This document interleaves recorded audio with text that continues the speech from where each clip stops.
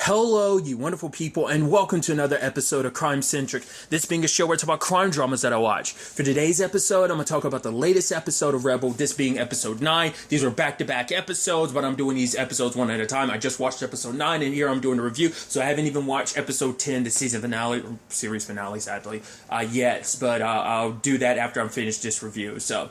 Jumping into episode 9, a lot of really interesting things. Obviously, we're picking up in the aftermath of the last episode, the whole debacle between Grady and Rebel. And I think that's so interesting. Like, she got arrested for, like, a drunken disorderly. I guess it's like, does that count? I guess it's like the disorderly. I'm sure, like, there was probably some strings pulled to really lean into, like, the drunken. But I'm like, couples fight and stuff like that, like the fact that she get arrested, maybe like there's stuff. I mean, I feel like if they were really leaning into it, they would have showed us some of the stuff afterwards, like of her getting arrested and stuff like that. Was she not complying and stuff like that? It could just be like Rebel's a very like steadfast and stern personality. She's kind of like a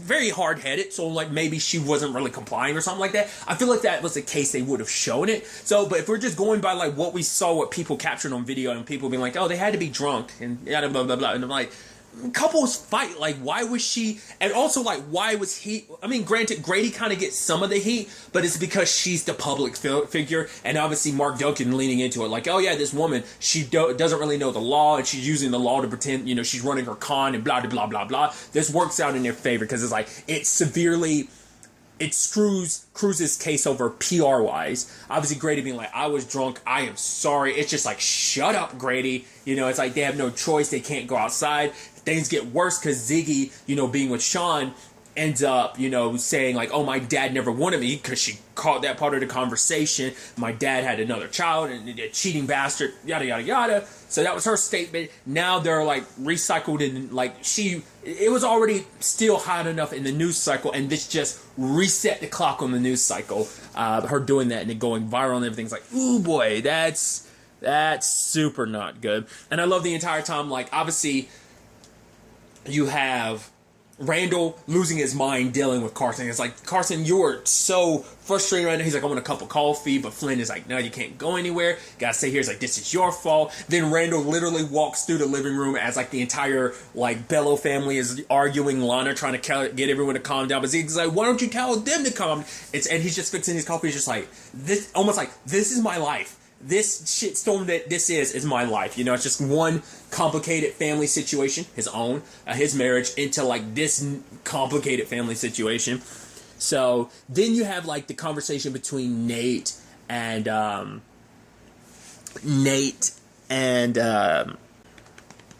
Cassidy.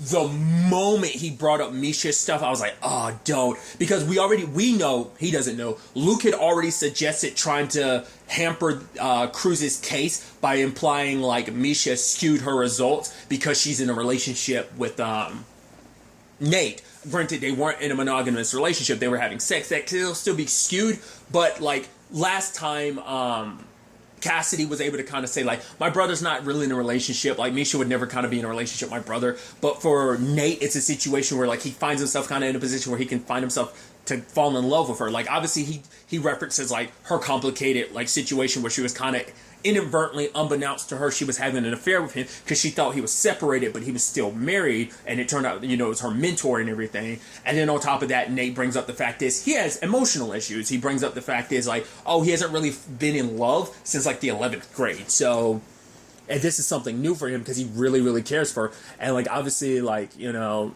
Cassie was happy for him, but I'm like, this is going to get armed and used against you. I had a feeling, I was hoping that wouldn't be the case, but they already set up that this is potentially going to be something that was going to be used against them. So obviously it's a thing of like, right, I wish you the best to impress whoever you want to impress, but I hope you do lose the case, because the fact of the matter is, obviously he's siding with his mom, their mom, on this situation. So it's like, oh, thanks, big bro, love you, big bro, type of thing. So it's sweet, but at the same time, you're like, it was very foreboding about what was going to, you know, come down the pipeline.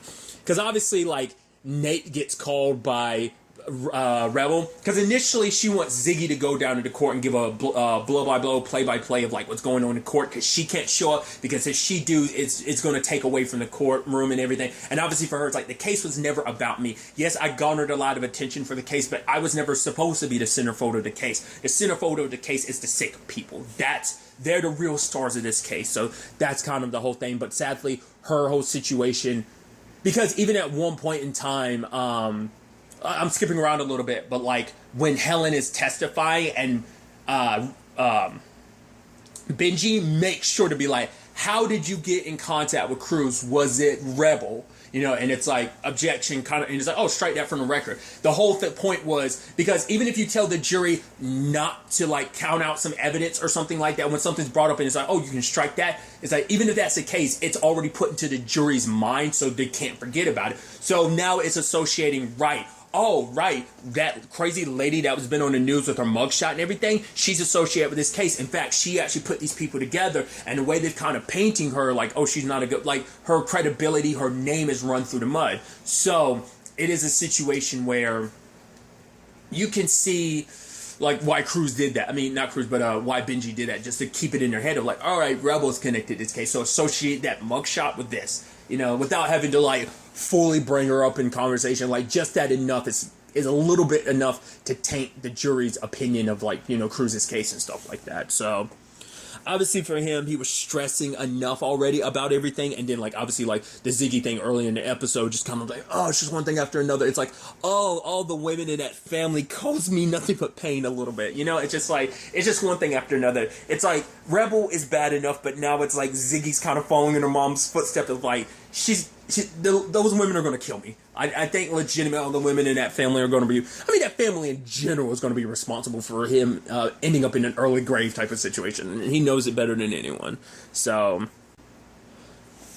but circling back to it, I love that Nate was kind of forced to do it because, like, Rebel was like, oh, it's not like I didn't push your head through my, like, vagina and basically had to get stitches for it. He's like, you could have just said please. You didn't have to go to the whole angle of vaginal tearing. And it's like, oh, okay, well, that's settled. And go to the courtroom and give me a blow-by-blow of what's going down.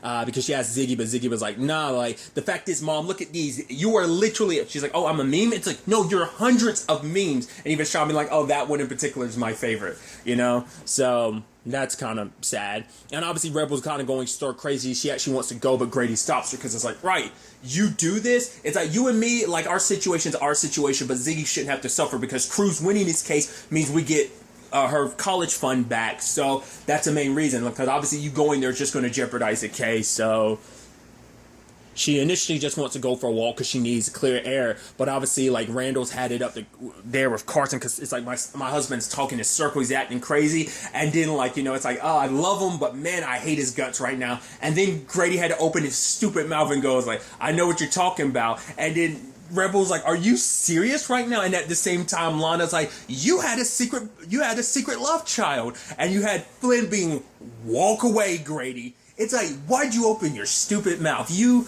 open your mouth too much. It's like, once again, it's like, you can come off like I said, you started off douchebag, and you're like, oh, you grew on us, Grady. Then you get the douchebag territory, and you're kind of redeeming yourself, and then you kind of slide back to douchebag. It's like, come on, Grady.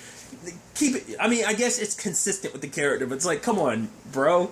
The fact is you're doing all of that. So, obviously, at the courtroom, Benji is super excited about everything, and obviously, like, Benji being excited is pissing Cruz off. Obviously, like, Rebel had called earlier, like, FaceTime to be like, hey, wanting to talk to everybody. Like, obviously, James is giving her a little bit of guff about the mugshot and everything, but it's like, you know, Helen's still like, nah, she got us this far, and it's like, Helen, you look great, you're gonna do this, you're gonna go in there, and you're gonna win, and it's like, yes. So, obviously, Helen gave her testimony and stuff like that. Granted, Benji ended up, like, ripping into it by bringing up, like, a family member of, like, that basically her family member had, like, it was during the time of polio, it was, like, a family member that ended up, almost like being hypochondriac about it, and ended up kind of like convincing themselves like, oh, I have this disease. And it's like, oh, how did they cure it? They gave her a placebo and she got better. So who's to say that you believe the heart valve was making you sick, but the moment it was taken out, you thinking it was connected made you feel better? It's kind of the whole point.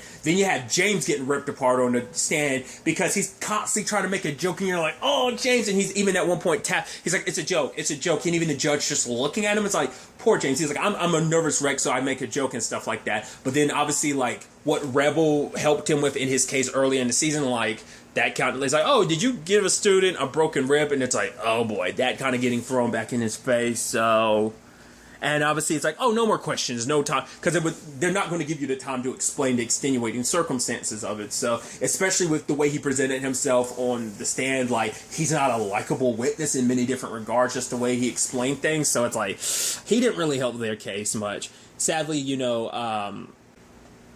Helen's daughter, like, we don't know how far the questioning got. It was still like too much for her alone. Like, so it's just like, right, we're just going to give her like some time. You're going to give us a recess. So we don't know if she ever ended up back on the stand or not. But considering everything connected to this case, all that she lost because of this case, it's understandable. She's, like, I don't know if postpartum depression is something that just kind of immediately goes away, or like that's something that takes a very long time to eventually, like, I don't know if it stays, like if that's something that kind of will always stay with you, or it is something that can permanently go away. I don't know, so I mean, she's not had enough time to heal and everything. So there's also the Nate and Misha thing, which was super sweet, where it's like she's shaking in the hallway to kind of like, because she's nervous and everything, and like to make Nate's making her feel better, he's shaking with her and everything, and then like he's looking at her, she's like, what? He's like, oh, none, just staring because love. And she's like, what? He's like, what? What? No, nothing, never mind, that's not what yeah, like I'm gonna go in there, give my mom the blah blah blahs. But she was like, yeah, that something, whatever, never mind too. And he's like, I hope you sound smarter on the stand. And it's super sweet. And she gets on the stand, and obviously, like, she voices her opinion about certain things, but obviously Benji is like, no, like, there's no concrete proof of it, and she's giving super sarcastic remarks. And I love the judge being like, can you avoid sarcasm, no matter how tempting it obviously is. Like, it's like the judge smiling and everything, was vibing with it. So, but obviously for her, it's like, in my opinion, I am someone who does based on sides, and the fact of the matter is that the valve disappeared from somewhere like a hospital. You can't help but think someone stole it, like most likely a lawyer from that side and stuff like that. And for her, it's like, no, the valves aren't just harming people. In some people cases, they're causing actual death. And then you had Cassidy whispering in Benji's ear. And the moment that's happening, you're like, it's what I think it is. And then she gets up there and basically destroys, like, tries to destroy Misha's credibility by saying, like, oh, like, your mentor, you were having an affair with him, saying, like, trying to, like, undermine her credibility and stuff like that. Now you're in a relationship, kind of without saying my brother, but my brother. So it kind of, like, brings up, like, whether or not this is the case. Like, she did all that, and the judge wasn't having it. She's like, honestly, what you're doing is repugnant. It's like, she tore, because Benji did that on purpose, because for one, he knew. For one, he probably knew the judge wasn't going to let that slide, maybe, or maybe that was a calculated risk. But I think for him, it was like, he knew if he did it, he'd come off looking like, oh, he's belittling and attacking a woman. It coming from Cassidy, arguments could be made. It's worse because it could be seen as like a woman attacking another woman. It's like, whoa, we all have it tough. For you to undermine another woman like that is super shitty, But, like, the judge calling her out like that was repugnant. And the sad thing is, you blew up your brother's relationship. You knew how much this mattered and everything. And so, ultimately, Misha kind of breaks things off with Nate. It's like, he's like, no, but I didn't divulge all that just to, like, undermine you or anything. Like, I was talking to my sister, not a lawyer. I didn't know she was going to do that. But it's like, no, you have no boundaries. And it's like, no more chances. It's like, this is over between us. He's like, I love you. She's like, no, Nate, just no. And it's sad because, like, he had confided in her, like, this is the first time I've actually ever been in love, like, since the 11th grade. This meant a lot to him. And it's like, in that one moment, you destroyed everything, And later on, it's like, I'm skipping around, but that scene between him and her, it's like, I was like, oh, it's going to come down to it. I was like, ooh. And it's like, oh, because they were worried about Ziggy, which we'll get to that soon enough. But in that moment, like, he tears into her because he's like, no. Oh, you want to ask me about everything? If everything's okay? He's like, no. The fact is, I've always had your back. With Amir, with this, with that, I always had your back. The fact of the matter is, even when, like, I guess their mom was too busy or whatever, like, I raised you as a big brother. Like, I did all of that. And the fact of the matter is, when it came to my own happiness, you shredded it, and he doesn't say this, but it's like, you shredded it and you spit on it. Like, you went too far in there doing that. It's like, so almost like, don't talk to me right now. You're the worst parts of your dad and my mom, our mom, put together.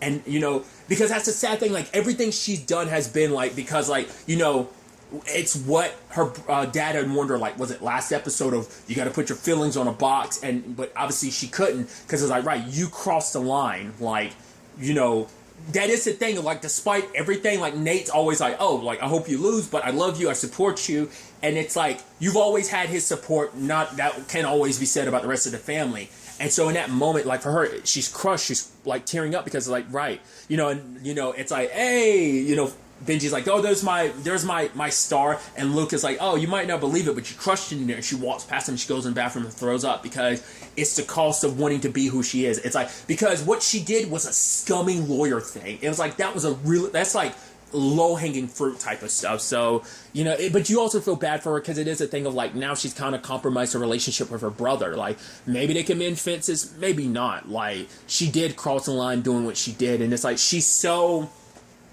adamant about trying to be her own person. She did this, like, because she wants to get from underneath her mom's shadow and everything, and it's like, you're so busy trying to get from underneath mom's shadow, you're becoming so much more like your dad, which isn't a good thing.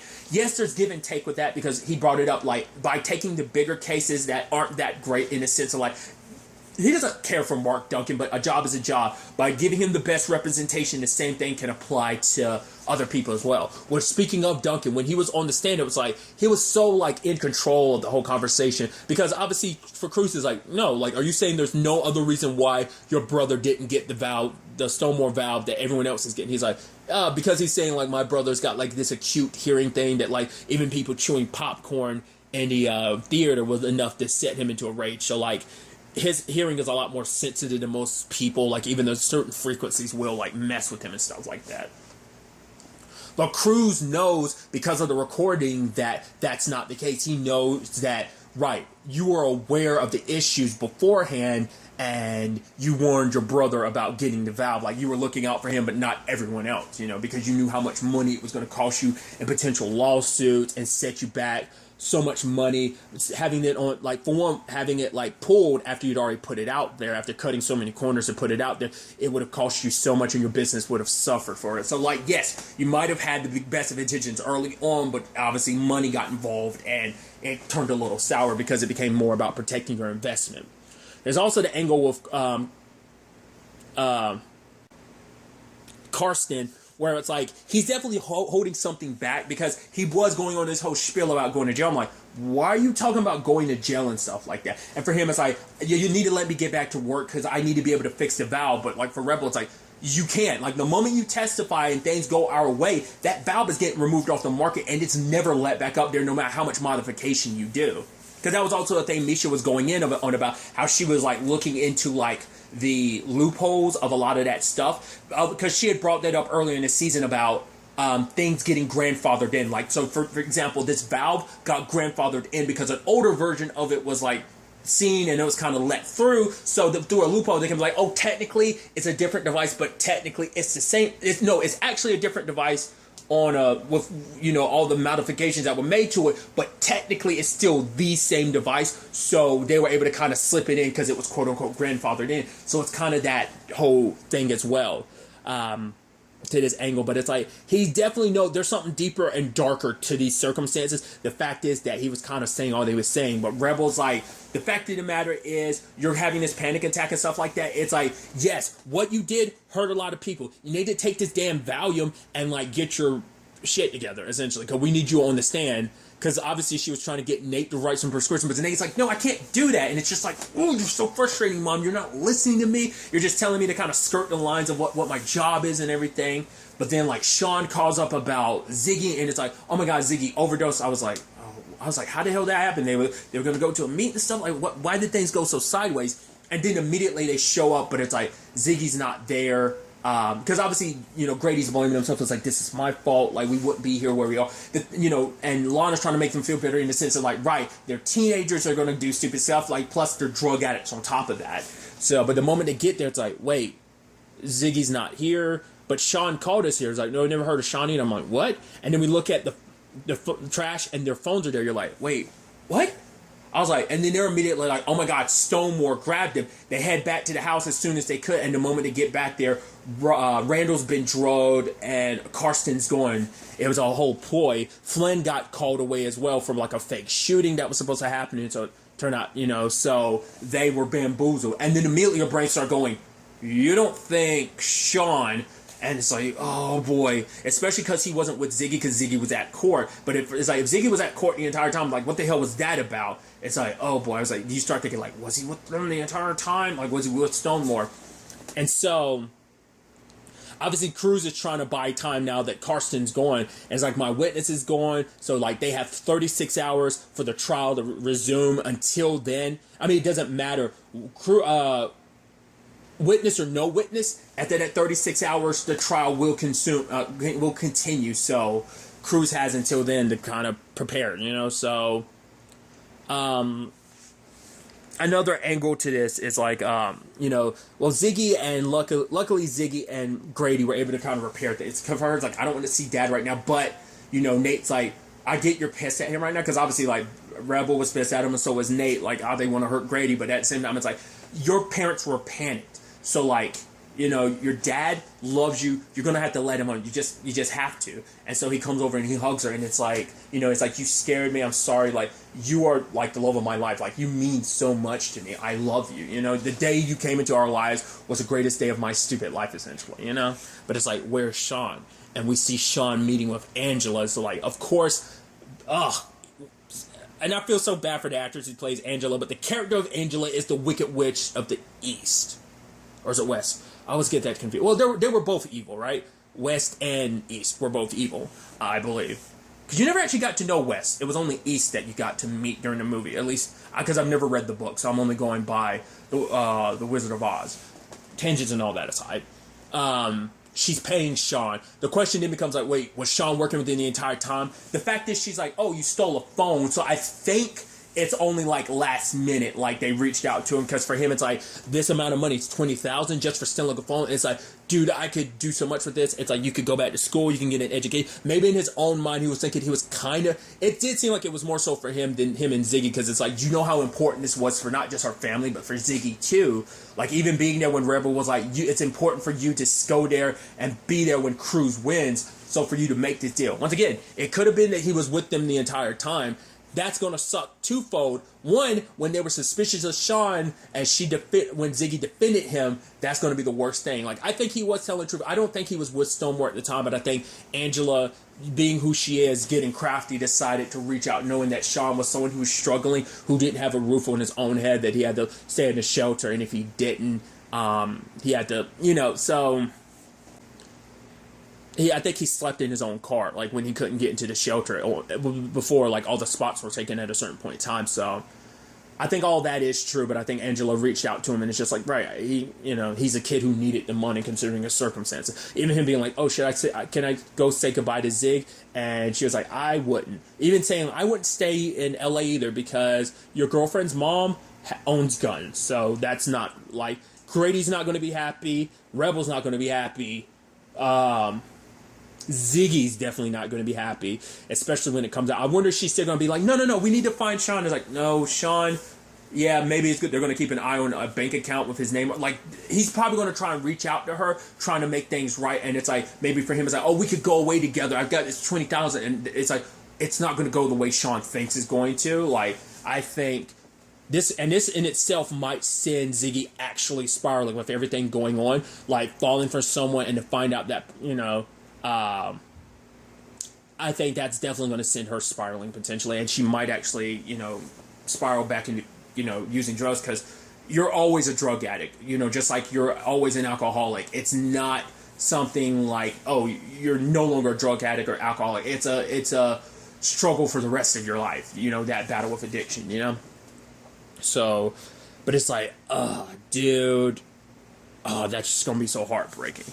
So there's that. But then they also hear the message from Karsten, and they hear Angela's voice on the phone. And obviously he brings up like a cat, Eureka, which Randall's like, we don't own a cat. So it's like, what is he implying? Like, the reason why Angela wanted him is because, well, we can't have him on the stand because, well, his testimony and stuff, which sadly his testimony, even though the judge heard it, can't be used in court because legally,